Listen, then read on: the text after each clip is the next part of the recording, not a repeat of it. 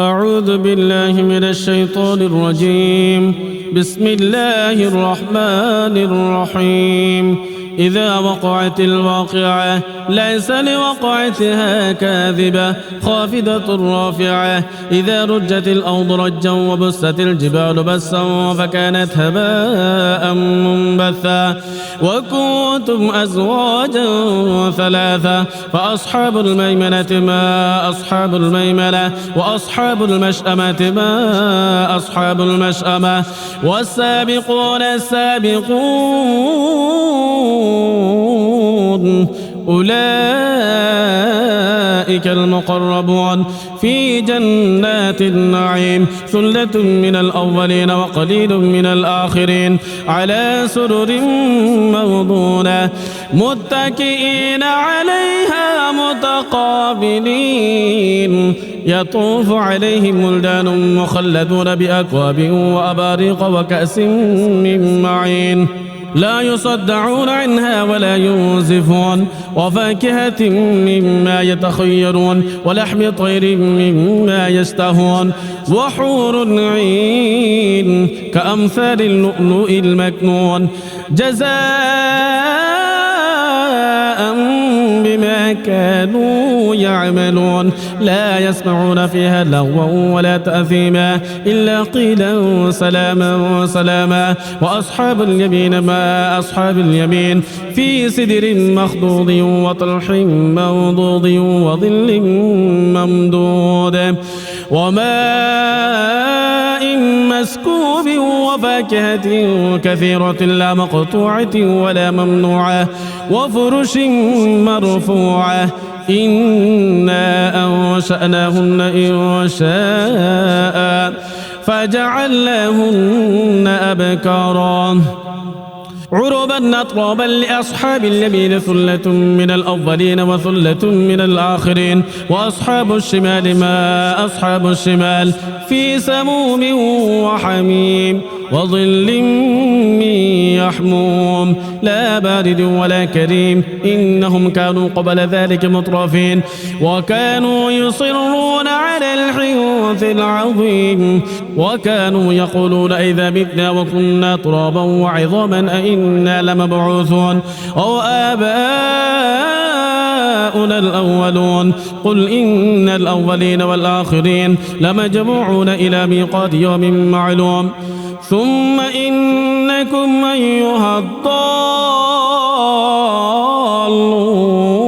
المكذبون لآكلون من شجر من زقوم فمالئون منها البطون فشاربون عليه من الحميم فشاربون شرب الهيم. هذا نزلهم يوم الدين. نحن خلقناكم فلولا تصدقون. أفرأيتم ما تمنون أأنتم تخلقونه أم نحن الخالقون. نحن قدرنا بينكم الموت وما نحن بمسبوقين على أن نبدل أمثالكم وننشئكم فيما لا تعلمون. ولقد علمتم النشأة الأولى فلولا تذكرون. أفرأيتم ما تحرثون أأنتم تزرعونه أم نحن الزارعون. لو نشاء لجعلناه حطاما فظلتم تفكهون. إنا لمغرمون بل نحن محرومون. أفرأيتم الماء الذي تشربون أأنتم أنزلتموه من المزن أم نحن المنزلون. لو نشاء جعلناه أجاجا فلولا تشكرون. أفرأيتم النار التي تورون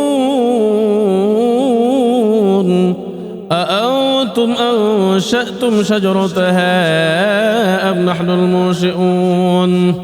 أأنتم أنشأتم شجرتها أم نحن المنشئون. نحن جعلناها تذكرة ومتاعا للمقوين. فسبح باسم ربك العظيم. فلا أقسم بمواقع النجوم وإنه لقسم لو تعلمون عظيم. إنه لقرآن كريم في كتاب مكنون لا يمسه إلا المطهرون تنزيل من رب العالمين أفبهذا الحديث أنتم مدهنون وتجعلون رزقكم أنكم تكذبون فلولا إذا بلغت الحلقوم وأنتم حينئذ تنظرون ونحن أقرب إليه منكم ولكن لا تبصرون ولولا